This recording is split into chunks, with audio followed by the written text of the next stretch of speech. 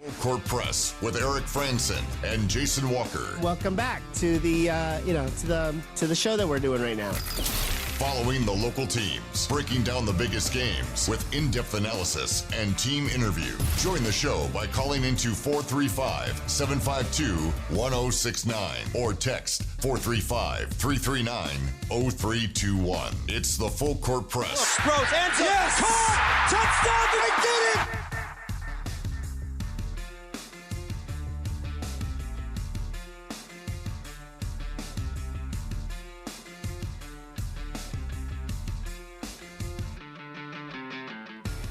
Good afternoon, everybody. Welcome on in. It's the Full Court Press. I'm Eric Frandsen. He's Jason Walker. And we'd love to hear from you as well on the Young Power Sports of Logan text line, 435-339-0321. For those who want to chime in, certainly a lot of discussion last hour about Utah State football announcing their 2025 early signing class. 17 freshmen, incoming freshmen, announced to be joining Utah State football. 5 of those will enroll in January, be a part of the program for the spring ball. 2 of those 17 will be leaving on missions, and so they will. We won't see them in Aggie uniforms for a little while, but a lot of excitement from Coach Mendenhall and Evan Butts, the Utah State Director of Player Personnel, basically over recruiting. Had a chance to visit with the media earlier today. So we've last hour we heard from both of them about the process that Utah State went through to get some of these players and the value of what they could bring to Utah State football in the future.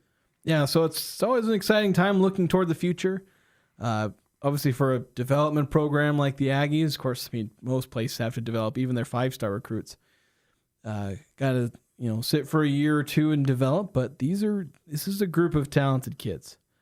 And I think that you're going to see some of the stars of the future coming from this class or from the last couple of classes.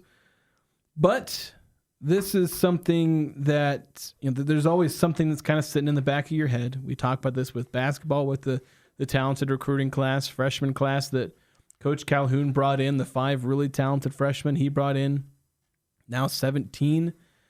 Good freshmen, bunch of 3-star recruits, bunch of guys who can make a big impact for the Aggies. There's always the one question sitting in the back of your head: do they stay? It was like I was reminded of Matt Painter the other day. He was in a post-game press conference after Purdue had beat Rutgers, and he was asked about how Rutgers is playing a lot of freshmen on their team, and he's asked his thoughts, and Matt Painter was like, "It's great if you can keep them." Yeah, and Bronco Mendenhall had a chance to elaborate on that. It's the exact right question, and so it's not only how do you keep them, but how long can you keep them, right? And the better that we do, the more tampering will happen, and so a lot of times then it becomes an additional year. Our relationships, our culture, our success will then possibly hold a player an additional year. It might not hold them for all 5, but an additional year. So let's say they have a breakout year, whatever year they contribute. Could be their first year, could be their second. Stay one more is, I think, right, a reasonable goal for a lot of programs. And that would be even schools that maybe at the A4 level where they have a breakout year and possibly there's a financial difference between what they think they're worth in their current school, and so they market themselves. And so it's not just a Utah State issue. This is a college football issue.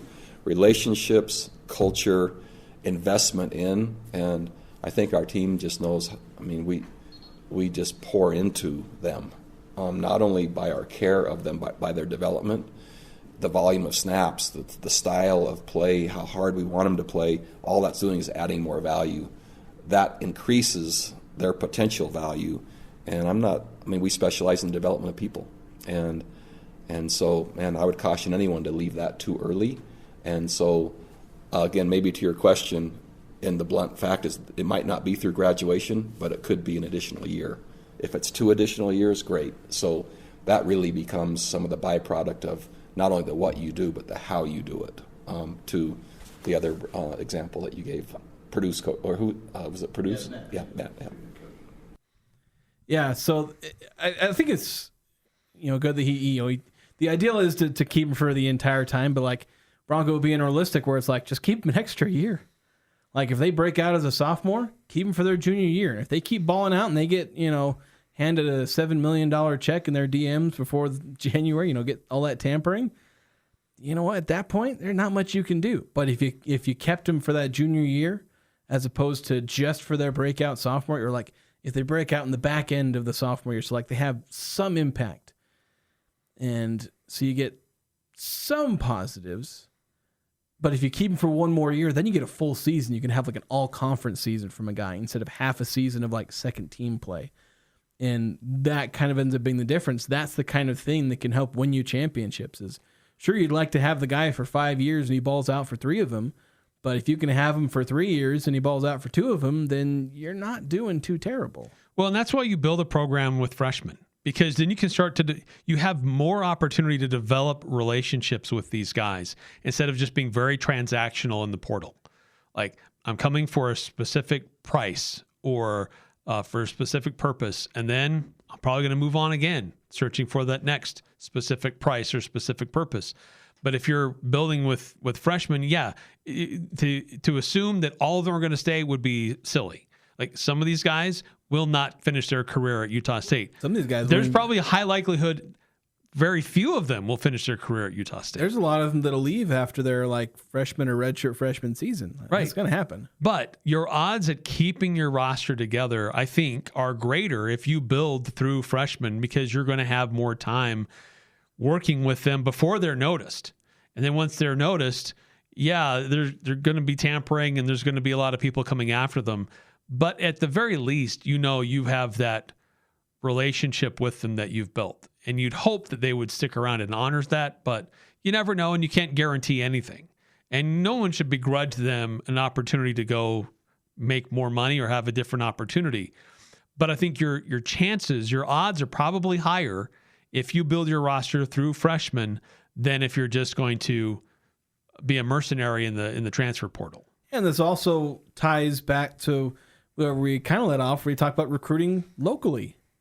You recruit a guy that's from Cache Valley, and you spend 2 years with him behind the scenes developing him into a true Division I football player, FBS football player. You're a lot more likely to get that guy to stick around an extra year. Again, is it going to fend off 7-figure checks from the P4? Not forever, but as Coach Calhoun talks about a lot with his recruiting, and a lot of it's about relationships. And Mendenhall talked about that as well too, just the relationships where those mean a lot. The stuff about, NFL development, programs being like, oh, we're going to develop for the NFL.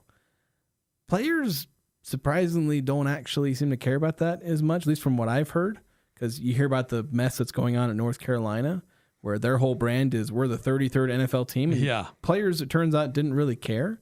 They care about relationships. They care about how fun it's going to be to play for you. And Bronco Mendenhall really inspires his players, and they love playing for him. As dry as he often seems in a press conference, what you hear from behind the scenes is that that's not the way, when he interacts with his players, they don't see a dry plank of wood.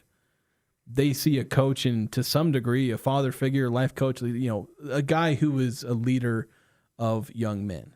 Like that is, and a teacher of young men, I think is probably the word he would prefer. Yeah. Because that's what he's looking for. And so he's developing those relationships. And again, it's not some magic serum that's going to fend off the transfer portal. But as Bronco said, hold on to a guy for another year. That's something that can keep the roster together a little bit longer and give you time to develop the guys behind who will be ready to step in, so that you don't have to find an emergency mercenary in the transfer portal. You'll have had guys coming in. And it's frustrating to wait for all the freshmen because, again, it takes 2 or 3 years for them to be ready. It takes a while for a guy who comes in, an offensive lineman. Especially offensive lineman. An offensive lineman who's 270 pounds, and he needs to gain 30 to 40 pounds of healthy weight. Like, I don't know if you understand. It's easy for me to put on 40 pounds. I've done it twice over to an unhealthy degree, but to put on that healthy weight. And that is something that's very difficult to do, and it takes years. in some cases. So it's something that's going to take a minute. It's part of why we keep talking about how Bronco Mendenhall, the key is year 2 and on. Year 1, he was kind of out of his depth where he had to put together a bit of a mercenary squad, guys from all over the place. Now we're seeing him try to build his program, and there's no guarantee it's going to be successful, but that's what his process is. This is what Utah State is paying $2 million for. Well, is Bronco Mendenhall's process over time to build this way. Right. And now he's had the benefit of being here a full calendar year cycle where he's not quite been here a full calendar year. Well, though. Very close. December 6th, that's his 1 year mark. It's very close. So he better understands Utah State. He better understands the culture here. He better understands the opponents that they'll be facing. And I'm summarizing one of his clips here. But part of that process, too, is better understanding what his team looks like, too, and why it's important to build with freshmen. And that's really an emphasis of him and his coaching staff, building with these freshmen, developing them over time to add depth and experience and, again, these relationships. Of the players that we inherited and signed, the majority I'm really, really excited about. And we were looking for ways probably from game 7 on to integrate our freshmen more into special teams, et cetera, and then trying to preserve the redshirt balance, right, how many games they can play and et cetera. But I am encouraged. And our process and our program really filters the right kids in and the wrong ones out, but develops at a really high level. And I just watched our freshmen get better and better and better. And I think we did well in that first year process. I think we've added to that now. And so I'm really encouraged. Again, it won't be seen. You saw maybe Charger Doty out there in some subgroups toward the end. And that would just be one example, right? It's like that's a positive thing. I would see in the future, you're probably seeing a handful of freshmen, at the end of the season, preserving redshirt, but playing. It's like you'd probably see more, and I don't know what that number is, but that usually starts to be reflected, manifest over time, and the succession planning. But really the offensive line takes the longest, but man, it can have the most impact if you just are patient and let that thing return missionaries, younger, longer players with the right mindset. And so all of that's framed in a backdrop right now of college football that's not going to wait, just to be clear, right? So you have to have success, and you have to be winning, and you have to be moving the program forward and showing success. There's where the portal plays in. I don't want a program that's only based on 1-year rosters. I want a program. And so that's why it's both approaches for me. Yeah, building a program. Otherwise, you're kind of on the whims year to year of what you can get, how you can outbid other teams, also going for those same players, but building a program from within and understanding succession plans. If as these other players at key positions are going to be graduating or higher potential that they may be gone, then you can start to build up the guys that are going to be their ultimate replacements. So it's really important to build a program with freshmen, believe in them, develop them, and give them opportunities to succeed. Yeah, let's get to the Young Power Sports Logan text line. Got a few rolling in. A couple from right at the tail end of last hour, 9-15. We were talking about Trip Palmer and playing at San Juan over in Blanding. But 9-5 saying most high schools that are 1A, if you have any kind of athlete, they play both sides of football the whole game. And saying, I'm pretty sure Blanding is 1A for high school because they play rich in the finals for football. I mean, if there's a Blanding high school, San Juan's 2A. San Juan is 2A. Is there a Blanding high school? Is there a town big enough for? I don't see a Blanding high school in 1A or even 8-player. So they do separate 8-player football from 1A. But San Juan High School, where Tripp played, is a 2A school. They were the number 1 team in 2A. Yeah, and he had a pretty... As far as the end of year RPI. Yeah, and when they went 11-2, won their region. Next closest team in record was Emory, who went 9-3. So that's from 9-15. 9-5 saying Monticello. Yeah, Monticello. That's the one I keep talking about. My dad went to high school in Monticello. The Buckaroos. San Juan did win the state championship. In the quarterfinals, they beat Judge Memorial 77-2. In the semifinals, they beat Summit Academy 51-27. And in the championship, they beat South Summit 57-10. It's a pretty dominant season. So they know how to score points. 6391, I think a couple of texts saying, as much as I hate the transfer portal, I do think it has become a net positive for USU in both football and basketball. More so in basketball than football, though. Yeah, especially this last season where Utah State didn't really suffer that much from the portal. Like, who's their biggest portal loss this last season? In football? In basketball. In basketball. Most of their biggest losses were just graduation because Aubin, Dexter, Ian, Isaac Johnson. Isaac Johnson, they lost probably. Isaac Johnson, Braden Housley, Isaac Davis. They lost those guys. But Dayton Albury, that would be your biggest, your starting point guard. Yes, Dayton Albury. So I just forget about him. Yeah, he would be the biggest. You're right. So you did lose a starting caliber guard, but yeah, it's a net positive because you get a guy like MJ Collins and obviously a lot of great players on this year's team. But yeah, for football, I think it mostly evens out because the Aggies in football have lost a lot of not just talent but depth to the portal. They've been a team that has been incredibly thin because they can't hang on to any of their depth. Well, last year was weird because there was a change in coaching staff. It was a weird year anyway. Yeah. This new coaching staff came in and had evaluations on players to say, do we think you fit? Do you not maybe fit? Should we try to find you a new home? So last year was kind of weird to really feel like, did Utah State really lose certain players in the portal? Because some of them were kind of asked or kind of directed that way.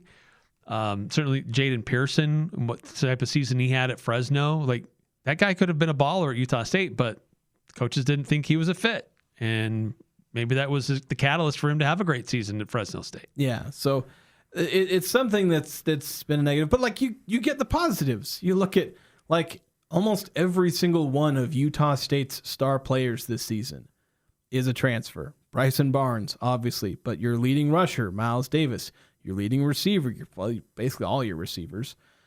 Braden Pagan, Brady Boyd. You look at your leading tacklers, Anthony Garcia. Yeah, you look at Anthony Garcia. You look at John Miller and Brevin Hamblin. Those are your two leading tacklers. Your top, Noah Avenger. Noah Avenger, your other first team All Mountain West guy. Like you start counting the guys who are actually freshman recruits who were the stars, like, Ike Larson later in the season. You have some guys on the offensive line. Tight ends. The tight ends, obviously, Brock Lane, Josh Sturzer. So, like, you should probably start counting who's not a transfer that's making a big impact. And I think you'll see that even out a lot more this year. It was just, with so many new players, that was just inevitable. When you have 80 new players, of course, most of your rotation is going to be newcomers. But I think that will even out to a lot closer to 50-50, if not more 60-40 as far as, at least ideally, guys that are homegrown. It may inevitably have to still be 50-50 or maybe even 60-40 in favor of transfers, just because hanging on to the freshman recruits for long enough for them to be multi-year starters, that's going to be a challenge. But yeah, the transfer portal, I think, will still be an issue, but it'll be slightly easier since there's no spring window, because that's where Utah State would lose like 3 or 4 starters. Yeah, hated the spring portal window. And so now that that's not a threat, it's going to be a little bit easier, and especially in terms of developing depth, that's going to be something that, or at least maintaining depth, I guess, is the key point there. That'll be something that really, really helps Utah State. 6391, getting Bryson Barnes alone makes the portal a positive. Yeah, he definitely had a big impact. Well, yeah, when you get these star players in the portal, like, that's massive. Wasn't Devin Tompkins a transfer? I think he might have been a JUCO guy. I think he was a JUCO guy. Yeah, but like you get guys out of the portal or the JUCO, which those are kind of the same thing. But there are a lot of stars for Utah State that have come by way of essentially not being a freshman recruit. So yeah, I think it'll continue to be, at the very least, even out. but I think can be a net positive in that you're going to lose some stars, but you're going to be able to replace them with talent who would normally not show up on your roster, guys with great pedigrees in terms of recruiting rank. I stand corrected. Devin Tompkins was a recruit to Utah he was State. A freshman recruit. Okay. Yep. For some reason, I must have confused him with. I think I confused him with Jalen Royals because Jalen Royals came from. I think he came from some like junior college, like Georgia or something. Community college thing. 7854. So are the days of players going from Utah State directly to the NFL over, or are they going to have to go to a bigger program, develop more, and then to the NFL? I think the problem you're just going to see is that anybody who has NFL trajectory, they're going to get offered a paycheck. And that's kind of the problem you're going to see. And it's not going to be that they think they have to go to that new school to get to the NFL. That might be part of the pitch, but as I was saying earlier, these kids aren't really going somewhere to be told, hey, I'm coming here because I want to be developed for the pros. That is a very rare sentiment, as I'm reliably informed by other people. I didn't come up with this, and I'm not experienced enough to have seen this firsthand, but that is something that I have heard from people who have more experience and more knowledge of this than I do. It's much more about kind of the short term, playing for a program that you think you'll have fun at, or in some cases it is money. Obviously that plays a big part. And it's not like going and playing for some of these programs will hurt you if you play. It could hurt you if you don't play. But to actually answer the question, it might be on the way out where you're probably going to see it less, where you'll see guys from Utah State end up in the NFL. But them going straight from Utah State to the NFL, like, it'll happen. But again, as I said, anyone with that NFL trajectory, that talent, they're going to get noticed and they're going to get poached. Yeah, to some degree, but I think it also works the other way, where players who maybe get a little bit lost at other schools transfer to Utah State and have a great year, a great season, and then they get noticed again, and so they have those opportunities, because that's also worked for a number of guys who were kind of lost on a roster somewhere else at a P4 program, wanted playing time, because the NFL, they will find you. If you have film, they will see it. And so there are opportunities to play and shine and have impact at a place like Utah State. NFL scouts will see it. Yeah, I guess you're right. That would kind of be the new way, because it's not going to be 4 years at Utah State, leave for the NFL, either graduation or leave early. It's you spent 4 years at a P5 program or P5 programs, came to Utah State, balled out, now the NFL notices you. I mean, Braden Pagan might have, look at the NFL in the future. Of course, I think he has eligibility left, and we'll see if he sticks around. He could have a 1,000-yard season, but heck, even John Miller. Yeah. A guy who, now he's spent multiple years at Utah State. But I think that may end up being the new way. Keeping a Utah State player their whole career and having them go to the NFL, that's probably not going to happen. But I think you're right. I'll stand corrected there, where there will be a new form where it's what few one-and-dones you see come to Utah State. And if they come in and star for a year or two, that'll kind of be the new way to get to the NFL, which is, for those players, probably the smartest way to do it at that point. Yeah. You've got to take a time out here in the Full Court Press if you want to weigh in. Talking Utah State recruiting, as they announced 17 freshmen into the early signing period. Earlier today, we heard from Coach Mendenhall and his director of player personnel, Evan Butts, talking about this recruiting class. And we'll get into some other things going on, too. Big opportunity coming up for Utah State volleyball. We'll hear from their head coach as they're getting ready for their trip down to Arizona in the NCAA tournament. That's coming up on the Full Court Press.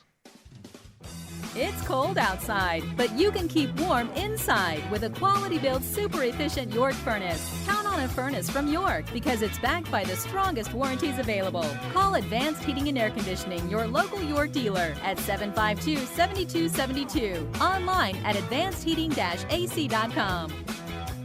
We're not comfortable until you are. Advanced Heating and Air.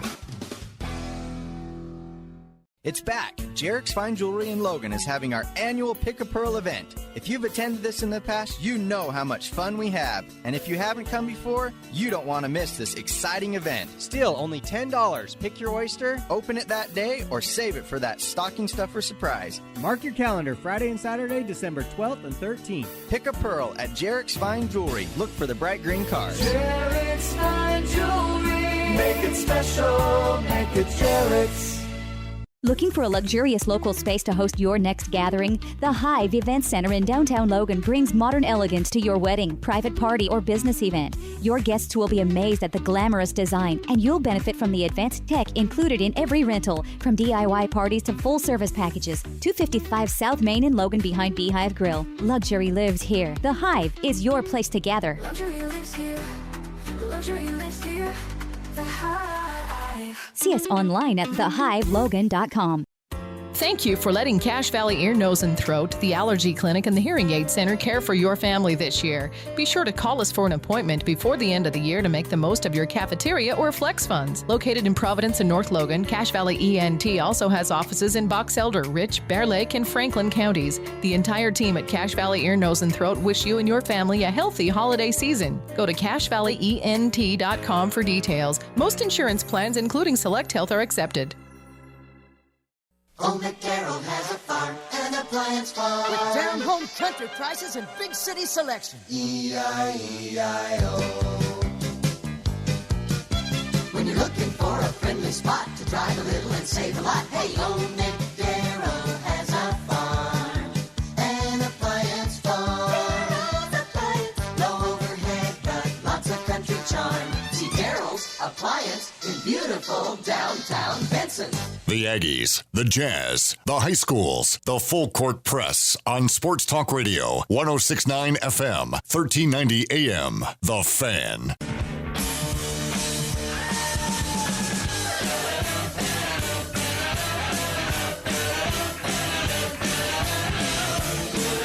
In Mountain Valley Heating and Air Conditioning, now's the time to feel the love and the savings. There's some great tax credits and government rebates available where you can save up to 40 and 50% on new heating and cooling systems. But those rebates expire at the end of the year.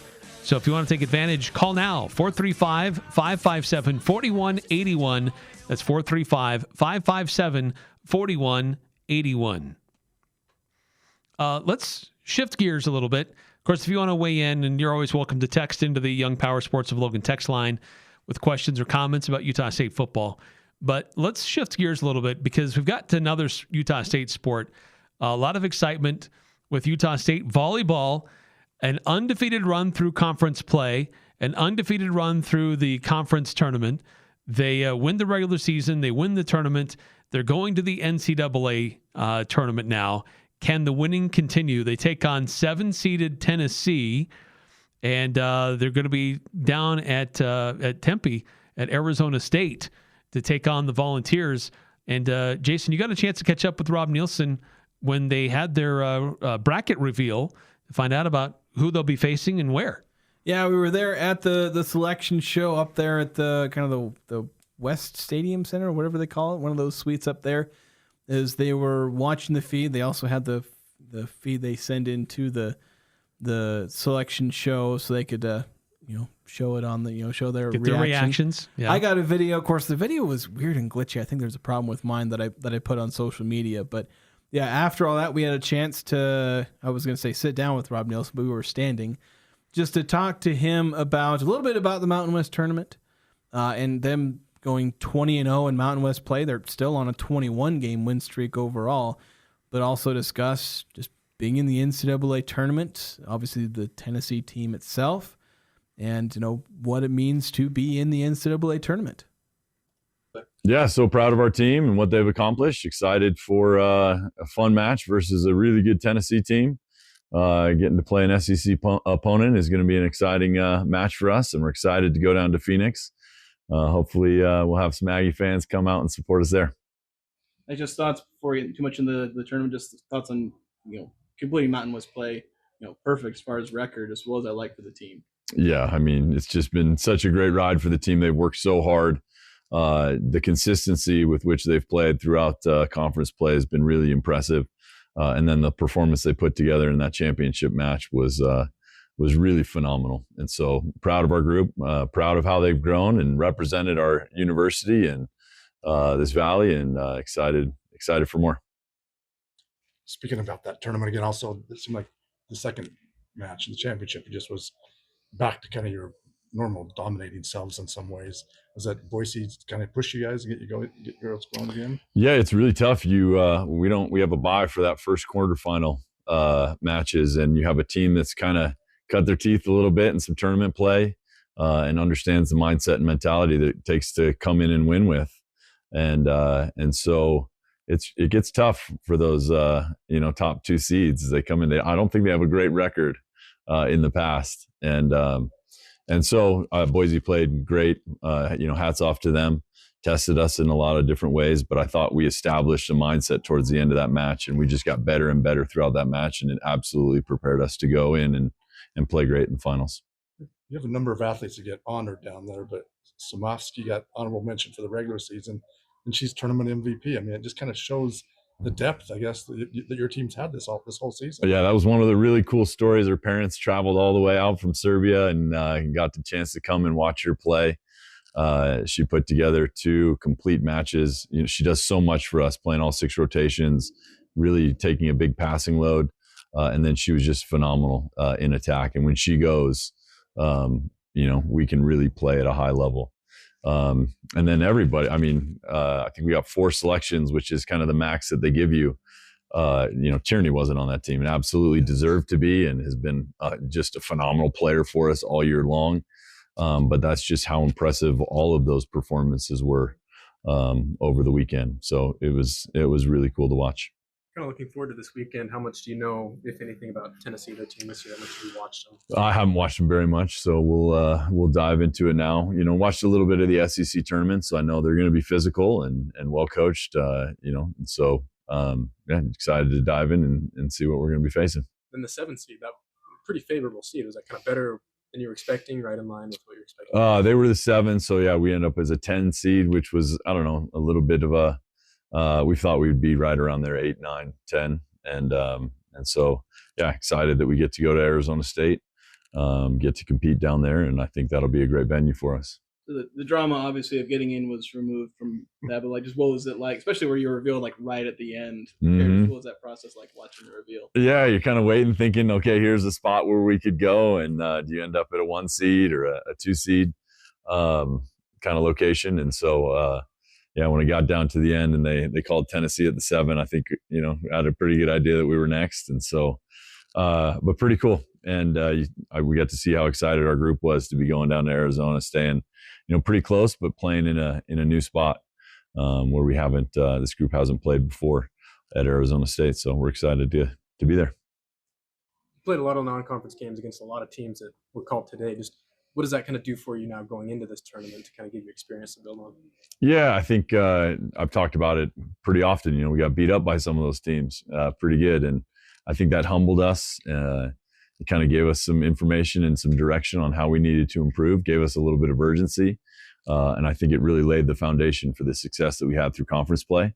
And so now we're excited to go see how we've progressed, right? And how have we improved, and now how do we stack up against some of those best teams in the country? What really changes when going to the NCAA tournament? Across all different sports, coaches always say it's just a whole different experience. What changes do you expect the team to be ready for, and what things do you feel like you need to prepare them for yourself, having coached the NCAA tournament?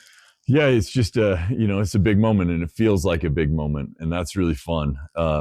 I love that this team has faced a lot of big moments and really shown their ability to step into those big moments and own those things. Even last year, the group of freshmen, right, we went into a BYU environment where you have 5,000 fans and play great. We ended up losing in 5, but played a nice match. Same this year, early on in Hawaii, played in front of 7,000 fans, kind of these big moments. Played some of our best volleyball in the preseason, and then how they showed out in the conference tournament. I think they've kind of understood the mentality of how they need to approach it. Certainly learned along the way. So I'm excited to see us rise and produce our best when our best is needed. At the beginning of last year, you and I talked, you told me just about the freshman mistakes and things you were seeing, but that you wouldn't want to catch last year's team at the end of the season. Mm-hmm. Now, fast forward to now, seeing all that progression, just how rewarding is it to now see kind of that come through with the wins and the accolades and things for these girls? Yeah, I mean, I've earned the gray hairs in my beard, through, just, I don't know, it's so fun to see how they progress. And last year was just about kind of getting some experience under our belt. The spring was about them really learning and understanding our system. I think they've done a phenomenal job with that, obviously, with how much they've improved. And we're still excited for how this group can progress. Now we get to kind of step into physicality and open up some wrinkles of our offense as we continue to train them. And so, yeah, it's just been fun to see each little piece kind of go into place. And this tournament will certainly be part of their continued growth. And that's my favorite part about this job, is watching players improve and grow and develop and gain confidence and understand how tough and powerful they really are. So there's Rob Nielson, the head coach of the Utah State women's volleyball program, headed to Arizona State, the campus of Arizona State. They're there. The tournament begins tomorrow? Yeah, Thursday is when Utah State will play its first games. They take on Tennessee, and they have these individual hosting sites because Arizona State, they're the 2 or 3 seed, I forget. So the top 16 seeds get to host kind of a mini little pod. And then I think it continues at host sites, I think almost all the way up until the Elite Eight or something like that. So that's why the Aggies are in Arizona State playing Tennessee, is because they're currently, again, they do these little mini hosting pods. So they'll be taking on the Volunteers. Last time they were in the NCAA tournament, I think every NCAA tournament game they've been in, they've lost. A lot of them in convincing fashion. So looking to take advantage of some of that momentum and hoping to be just an improved team from who they were earlier in the season. Because earlier in the season, they were taking on NCAA tournament caliber teams, and they were getting swept by pretty much all of them. So this is a team that has gone through a lot, but overcome literally all of it to the tune of 21 straight wins. Can they keep that going against Tennessee? That would obviously be a pretty big breakthrough for the Aggies in volleyball, so we'll have to keep an eye on that. Of course, tomorrow we've also got men's basketball, as they'll be playing South Florida. They'll be at South Florida. Yeah, so the women's volleyball game, that's at 4:30, and I believe that's on ESPN Plus, is how you can watch that. But a couple other teams from the state will be involved. Utah is in the tournament. Utah Valley is in the tournament. BYU is in the tournament. Yeah, a lot of good volleyball being played in the state. Yeah, quality of volleyball in the state of Utah. So best of luck to the Utah State women's volleyball program. It's been on a roll. They've faced adversity through this run. They've got this amazing undefeated streak going, but it's not like they're just blowing teams out of the water here and there at every turn. They've had a number of games go 5 and go down to the wire, but this team has found ways to get through adversity and find ways to win. And we'll see how well that prepares them for a matchup against an SEC opponent in Tennessee. Yeah, and one other thing before we hit a break, Utah State soccer. They had some players honored. Just another chance to highlight what was a great season for Utah State, just a continuing of their program, winning conference championships, getting to the NCAA tournament. We've had. I'm getting really used to watching selection shows with soccer and volleyball, enough that I'm comparing how each of the selection shows work. And as I mentioned on Sunday, the volleyball one is by far my least favorite. Not for the sport, but for how they do it. In basketball, it is, hello, everyone, I'm Greg Gumbel. Let's get through every single team in 30 seconds. Yeah, here they go. And so they are off and running. There's no preamble. It's a well-oiled machine. As I said, it is almost literally, hello, I'm Greg Gumbel. Here are the teams. That is how they roll through it. Soccer, a little slower, but they're efficient with it. Get through the bracket, get through the teams, yada, yada, yada. In volleyball, it's, here are the top 4 seeds. Here's a feature on all of them. Here's the first part of the bracket. Here's the other half of that first part of the bracket. Here's the whole feature story on one of the players. Commercial break. rinse and repeat. And by golly, I think the basketball and soccer ones get done in about 20 minutes. The volleyball one took a full dadgum. Utah State was announced at the tail end. I think they were the second to last team announced in the tournament. So you got to sit through all of that fun. I had to sit through that whole thing. And all the subplots, such as the volleyball team, I guess analyzing the watch party setups of all the other teams. Oh, Utah State's was pretty nice. But to actually get back to the point I was talking about with Utah State soccer, Summer Siphonia, Tess Swartz, and Kaylee Chambers were named to the United Soccer Coaches All-Pacific Region team. And a reminder, United Soccer Coaches, those are the ones who do the poll. So when you talk about the Aggies potentially being ranked and where they were ranked like most of a couple of years ago, it's the United Soccer Coaches, that's who's doing that. So it's kind of akin to an AP, all-region type thing. Yeah, solid, reputable recognition there. Yeah, so one first-team selection, Summer Siphonia being a first-team all-region, Tess Swartz, Kaylee Chambers, second team. Again, all Pacific region, which I don't know exactly where the line is drawn. I can't imagine it's too much further east. Probably not. Otherwise, you're really stretching Pacific. Yeah. So nice recognition for Utah State soccer players. Exciting for Utah State volleyball to continue to compete. So they play Tennessee tomorrow at 4:30 Mountain. If they win, they will face the winner of Arizona State, Coppin State on Friday at 6. Quick timeout. We'll be right back with more here on the Full Court Press. Winter's here and that old car sitting in your driveway isn't getting any warmer. Turn that frozen junker into cold, hard cash with DD Auto and Salvage in Logan. It's never too cold, too wet, or too late to clean up and cash out. DD Auto and Salvage makes it quick and easy. They'll even pick it up for you. Get the most money possible for your junk vehicle or scrap metal and earn a little extra holiday cash while you're at it. Call 787-1204. That's 787-1204. And let DD Auto and Salvage pay you today. DD Auto and Salvage. Cold cars turned into hot cash. Who do you turn to if you want to change out your wood or pellet stove? Advanced Fireplace and Stove. They were voted the gold medalist for Best of Northern Utah for the 5th year in a row in the fireplace retrofit category. Be ready when the government's next wood and pellet replacement incentives pop up. Advanced Fireplace can help you navigate the paperwork. For more information, call Advanced Fireplace and Stove, 752-7272. Online at advancedfireplaceandstove.com.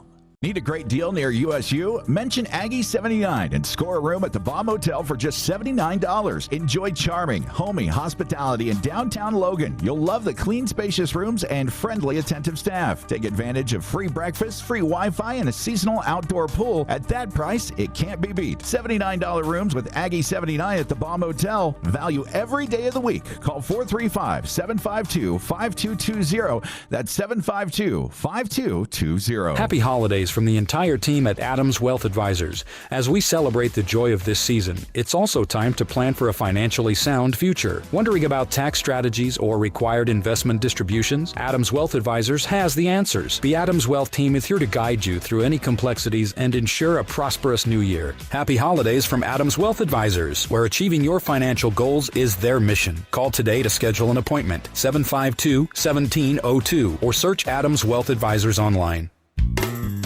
Ski season is coming, which means Season Ski Rentals. This is Mark at the Sportsman, where we have over 20 years of season ski rental experience. We rent to kids and adults. Come in to get season ski rentals for your entire family. We like to wait a little later in the fall because there is a chance your kids might grow out of their boots by the time ski season actually rolls around. You will get the right gear for your kids to ski this year at the Sportsman on Main Street in downtown Logan with tons of parking in the back. Following the local teams, it's the Full Court Press with Eric Frandsen and Jason Walker.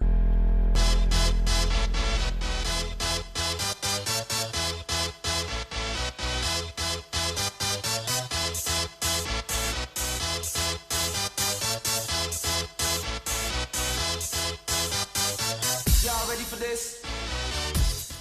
Yes, we are ready for this. Are you ready for this? It's Eric Frandsen and Jason Walker. 435-339-0321. You sound so excited. On the Young Power Sports of Logan text line. Oh, and it abruptly ends. Sorry. That one does not have a cool down or anything like no, that. It does not fade out. It's just like, are you ready for this? Bye. If you're not, we're gone. Fun to hear from Coach Rob Nielson. Excited to hear about Utah State soccer. Some of these players getting recognized. I don't know if we've talked too much about it, but Manny Martin's got a contract extension. Yeah, second contract and extension in as many years. Tis the season for any coach who has any potential of leaving to get an extension, because otherwise, they're probably their agents are having those conversations with other schools. We're joking between the hours about how many different Christmas cards Penn State should be getting from coaches. Kalani Sitake especially. Matt Rule. Yeah, Matt Rule. Just a bunch of these people saying, I might leave for Penn State. And I'm like, no, we'll pay you whatever you ask for. And and big boosters trying to, pose for the crowd and all that kind of stuff. It's peak college football, for better or worse. But yeah, there's a lot of guys who made a lot more money by threatening to go to Penn State, but Penn State's sitting there being like, anyone? Yeah.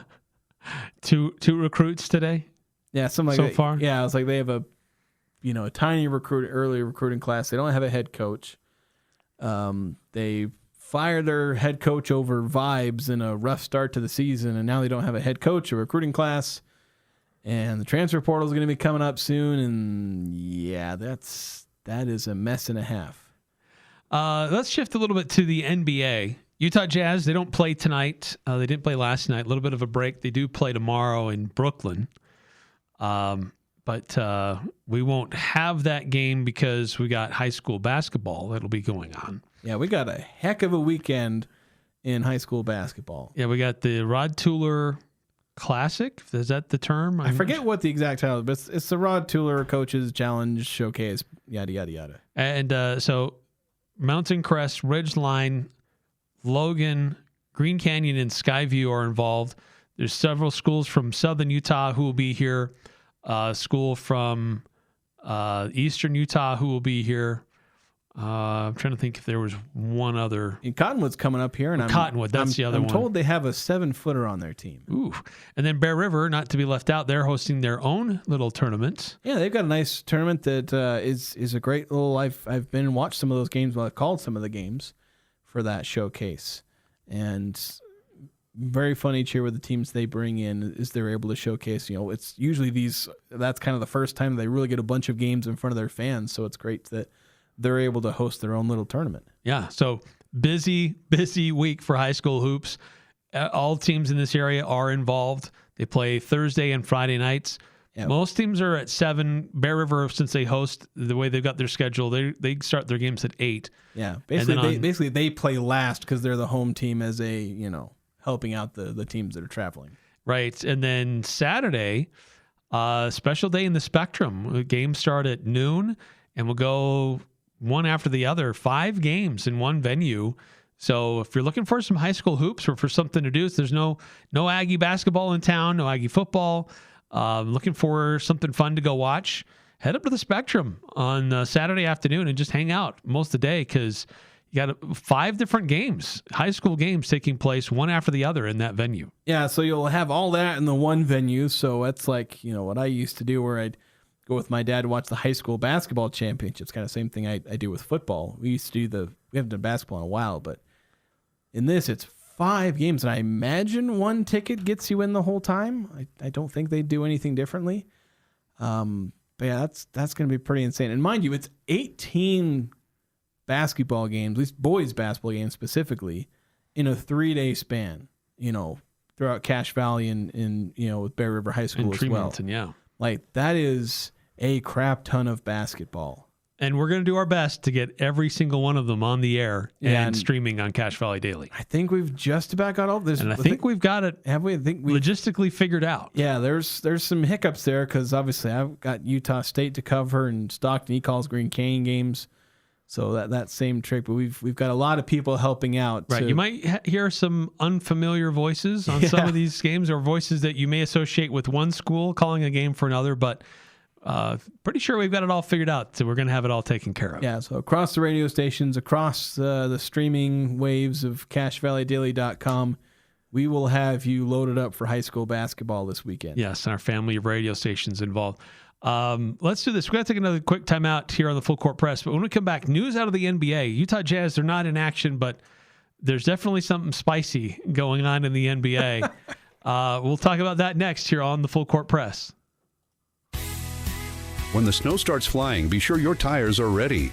At Express Tire, they work with all vehicles and all tire sizes with safety and comfort a priority. As a Point S Tire team member, you're backed by a nationwide warranty that includes roadside protection. No appointment needed. Just stop in and they'll get your tires winter ready. 3200 North Main. Express Tire.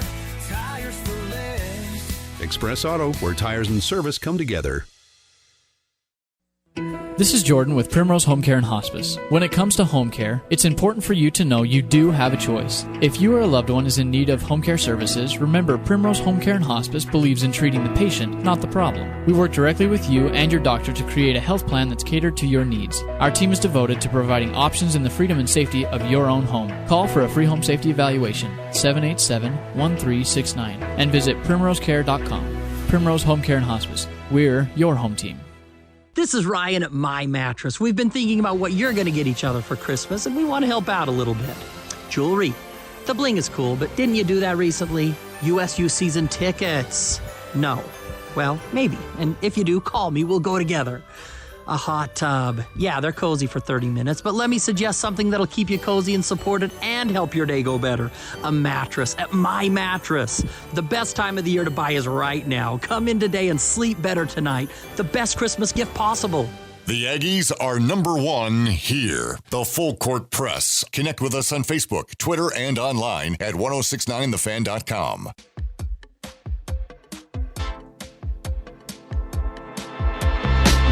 You turned on the mics like right at the end of me muttering something that probably shouldn't have gone over the air.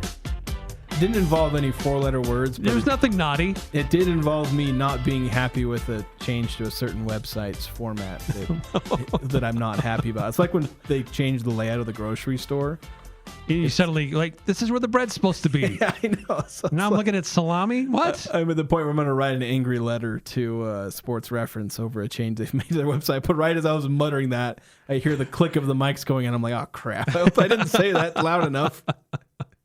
People can rewind this and listen really hard. Quickly, 4260 in the text line. With the Jazz playing the Nets, which team would you say is ahead of the other in terms of rebuilding? Who has the better young core? I was going to say the Jazz, but I actually realized I don't remember who's in the Jazz have more wins to date. Well, that's not rebuilding. He specified rebuilding. Rebuilding is important. That was a careful clarification. I'm trying to remind myself because, well, I got Igor Demon, who I think was doing okay. Michael Porter Jr., but he's not rebuilding. He's been around for a while. Yeah. I forgot he went to the Nets. Basically, there's Cam Thomas, but I think Cam Thomas is way overrated. So Igor Demon has had a few games here and there. Yeah, he's been a pretty solid rookie. He's supposed to be a 6'8" point guard, and he's mostly being a 6'8" point guard. Maybe following the Josh Giddey kind of path, where maybe it's a little rough efficiency wise, but there's talent there. I'd say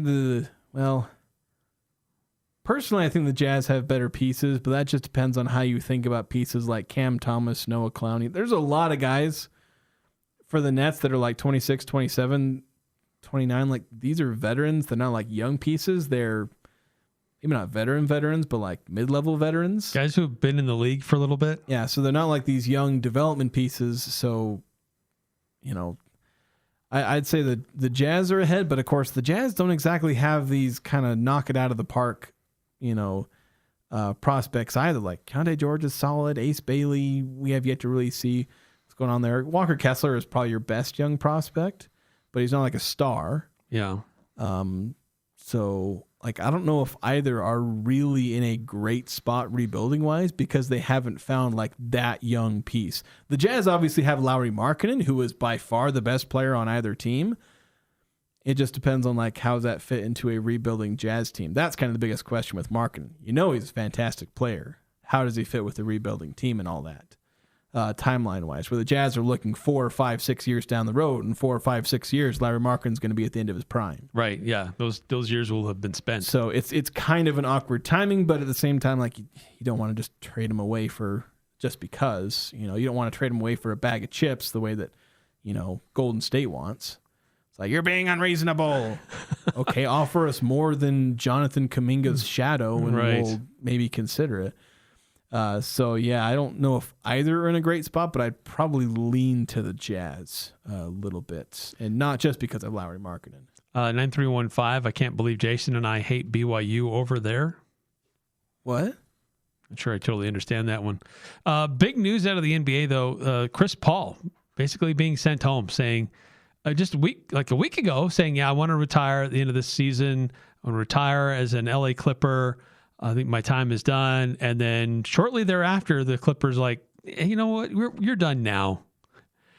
Sending him home, like literally. They're in Atlanta. They send a plane. Say, look, you're done. You don't need to be with our team. You don't need to be in our locker room anymore. Yeah, and apparently it's because they were sick of Chris Paul's crap. Although when you say Chris Paul's crap, this is a guy who has been the common denominator of how many playoff teams? Like, he took a tanking Oklahoma City team to the playoffs. Those was Charlotte, or was it New Orleans he was with? I suddenly can't remember which team he started his career with.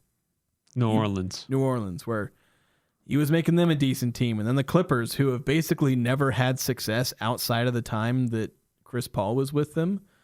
They've tried to replicate that with 2 all-star wings, Chris Paul and there's Kawhi Leonard and Paul George, and they haven't replicated what Chris Paul was able to do with, Blake Griffin and DeAndre Jordan. So as much as I don't really like Chris Paul for a number of reasons, part of it being his on-court antics and attitude, but the dude is a competitor, kind of in the same aspect as Jimmy Butler and Michael Jordan, who you might consider them in the harshest sense a-holes, but like... They appear to be jerks, but they're hyper competitive. Yeah, it's driven by competitiveness, and that's kind of the thing you see from that. Where are they really terrible people? Probably not, but their competitiveness might drive them to act like that at times. And I don't know if Chris Paul's quite that way, but you have to respect the kind of player he has been, the leader he has been for teams. Obviously, that is not translated to playoff success, but a lot of that just comes from it is hard for point guards of Chris Paul's archetype to lead teams into the playoffs. He is a massive floor raiser, but his archetype, it's hard to be a ceiling breaker. You look at John Stockton with the Jazz. He was the same way. Absolute floor raiser, not a ceiling breaker. As I kind of like to say it, where it's hard to break through with that player, even though you're always going to be good with that player on your team. So it's, I don't know, Chris Paul's career may end with a whimper, but I mean, most players. A lot of them do, sadly. But in the last minute and a half here, updating on what's going on with former Aggies in the NBA. Sam Merrill, he's still out. He's been out for several weeks. Yeah, he's had a couple different injuries. First, it was like a hip contusion. Now it's a right hand strain. So in the latest updates haven't been great. He's doing some workouts, but not even using his right hand, according to Danny Cunningham. His report online. Although Neemias Queta has been balling out of late. Only a few days ago, he had a game with 19 points and 18 rebounds. In a super close, impressive. Yeah, close loss to the Timberwolves. So exciting to see Nemi playing well for the Celtics. Hey, that's going to do it for us tonight, everybody. Thanks so much for tuning in. We'll see you tomorrow. The home for Sports Talk Radio, KLGN Logan, 106.9 FM, 1390 AM, The Fan.